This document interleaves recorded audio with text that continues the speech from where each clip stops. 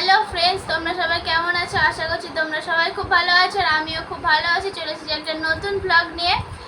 আজ আমি বানাবো চিকেনের ঝোল। তো ভাবলাম তোমাদের সঙ্গেও শেয়ার করি যে আমি কিভাবে বানাই। আর আমার চুলগুলো একটু অ্যাভয়েড করো, কারণ বর্ষার জন্য অনেক চুল উঠেও যাচ্ছে আর চুলগুলো একটু কীরকম হয়ে যাচ্ছে, বুঝতে পারছি না কি লাগাবো। কড়াইয়ে তেল গরম হয়েছিল, শুধু আলুটা দিয়ে দিলাম। যে এখন আলুটা ভেজে নেব।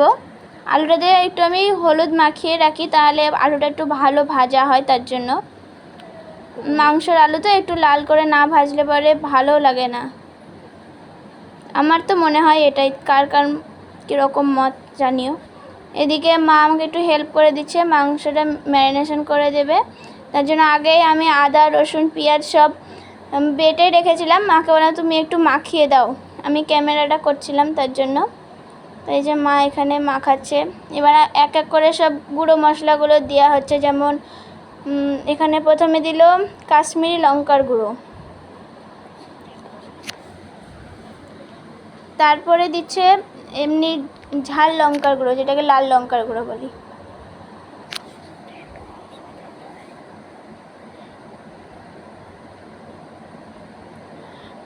আমি একটু মাকে হেল্প করে দিচ্ছি। আমি মাকে হলুদ দিচ্ছি, তো মা নিচ্ছে জিরে। আমি তাই মাকে বলছি মা আমারটা নাও, নে মা তাই হাসছে। তো জিরে দিল, হলুদ দিল।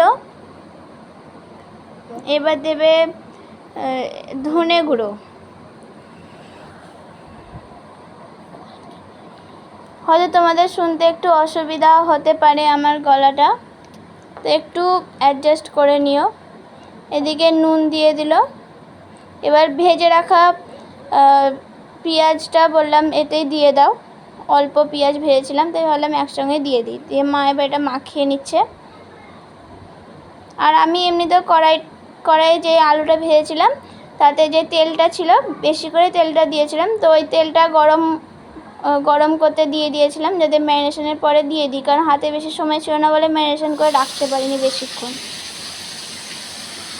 মাকে বললাম তুমি একটু কড়াইয়ে দিয়ে দাও ওটা।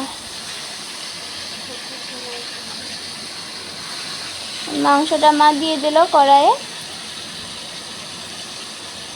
আমি এরকম করে করি যখন হাতে বেশি টাইম থাকে না তখন, আর যখন টাইম থাকে তখন তো এমনি এক এক করে সব কিছু ভেজে ভেজে করি।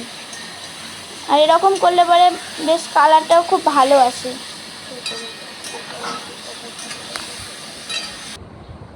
এই যে এটা এসেছে কষানোর সময়। ভাই বলছে আমাকেও একটু করতে দে, দিয়ে আমার একটু জল দে। আমি এখানে ভাইকে ভিডিও করতে দিয়েছি, ভাই এখানে ফাস্ট খুব করে দিয়েছে ভিডিওটা। তো এই যে আমার মাংসের ঝোল রেডি। এটা একটু অ্যাডজাস্ট করে নিও। যে ভাইকে খেতে দিয়ে দিয়েছি।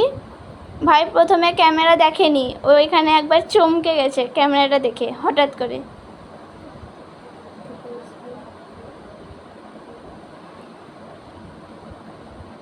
বলছে কি করছে এটা, বুঝতেই পারেনি যে ওখানে ক্যামেরা চলছে। তা